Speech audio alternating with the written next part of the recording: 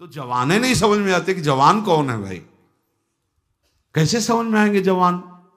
15-16 की अवस्था है, आप अभी सुने थे प्रश्न उत्तर में, एक ने कहा हमें बहुत निगेटिव विचार आते हैं। तो भैया ये तो पाप का लक्षण है, आप पाप कर्मों से अपनी वृत्ति को हटाइए, नहीं तो नकारात्मक सोच आपको नष्ट कर देगी। क्या करते हो तुम? उनका 5 बार हस्तमैथुन नियम से रोज करता हूं। अब आप विचार करो, इस विषय पर ना तो कहीं चर्चा होती है और ना कहीं कहा जाता है।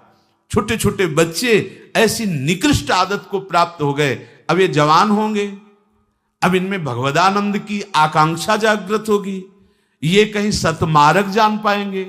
कदापि नहीं, जीवन ही नष्ट कर दिया। शास्त्रीय सिद्धांत है, गुरुकुलों में इसीलिए बच्चों को रखा जाता था, चाहे राजा के हो चाहे प्रजा के हो।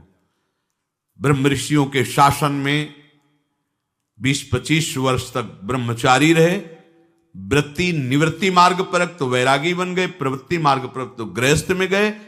कुछ समय तक गृहस्थ में रहने के बाद स्वतः पूर्वाभ्यास ब्रह्मचर्य का उनका जागृत हो जाता और वो चौथी अवस्था तक भगवत साक्षात्कार कर ही लेते, क्योंकि नींव बड़ी मजबूत थी। अब छोटे छोटे बच्चे स्मार्ट मोबाइल, आचरण, गंदे दृश्य देख देख करके गंदे कर लेना, कैसे उनके अंदर ये बात आएगी कि वृद्धावस्था पहले भगवत प्राप्ति कर लें? जरूरत ही नहीं भगवत प्राप्ति की, उनको आकांक्षा ही नहीं, जानते ही नहीं भगवत प्राप्ति क्या है, क्यों करना चाहिए। वो बस वो चाहते हैं, जो दृश्य देखते हैं वही करना चाहते हैं, जो सुनते हैं, जो बोलते हैं वही चिंतन होता, जीवन एकदम नरक बन जाता है। भगवत प्राप्ति की आकांक्षा उसके हृदय में होती है। ध्यान से सुनना, पर नारी पर पुरुष त्याग कर, सेवन करो शुद्ध गृह धर्म, निज पर धर्म नाश के साधन, करो कभी भी नहीं कुकर्म। यदि आपको इसी जन्म में उत्तम स्थिति को प्राप्त करना है तो चाहे गृहस्थ हो चाहे विरक्त हो, कभी भी ये विरक्त आश्रम वाले को माताओं बहनों की तरफ कुदृष्टि से भी नहीं देखना चाहिए। कुदृष्टि भोग भावना, जननी सम जानहि पर नारी, धन पराय विसते विष भारी, जिन्हि राम तुम प्राण प्यारे, तिनके मन शुभ सदन तुम्हारे।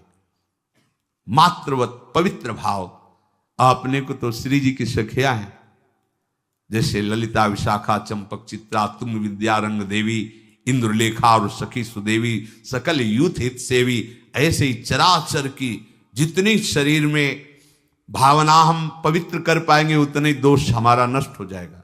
ये जितनी स्त्री शरीरधारी, ये सब मेरी प्यारी जी की लाडली सहचरिया हैं, इनके चरणों में प्रणाम। बस जो चाहे आपन कल्याणा, सुजस सुमत सुगत शुभ नाना, सो परनार लीलार गोसाई, तजौ चौथ के चंद की नाई। विरक्त उपासक को माताओं बहनों से आंख मिलाकर कभी बात नहीं करनी चाहिए। उनके मुख की तरफ, उनके चरणों की तरफ देखो, चाहे बच्ची हो, चाहे यौवन अवस्था, चाहे वृद्धावस्था की हो। विरक्त साधक को कभी एकांत में माताओं बहनों से संभाषण नहीं करना चाहिए, बीच में एक किसी को डाल और दूसरा साधक हो खड़ा हो जाए। नहीं, बाहर निकलो, बाहर अगर बात ही करनी है तो मैदान में करो खड़े होकर के। और क्या बात करनी है? हम भगवत प्राप्ति के मार्ग में चले, हमें क्या बात करनी है? बहुत सावधान रहना चाहिए।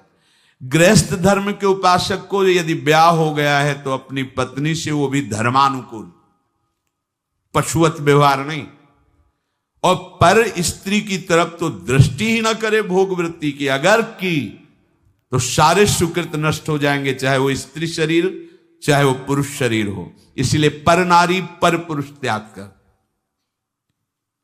पर ये सत्संग जिनके कानों में नहीं पहुंचता है, शास्त्र स्वाध्याय नहीं करते हैं, वो इसे मनोरंजन समझने लगे, इसे धर्म नहीं समझते, वो इसे मनोरंजन समझ। क्या इसमें बिगड़ जाता है? जो शास्त्र हैं उनका स्वाध्याय कभी करते नहीं। अब उनको जो समय मिलता है तो नौटंकी, नाटक, सिनेमा देखते हैं जिनमें यही सब की पुष्टता होती है। इसी की बाहुल्यता होती, वही दृश्य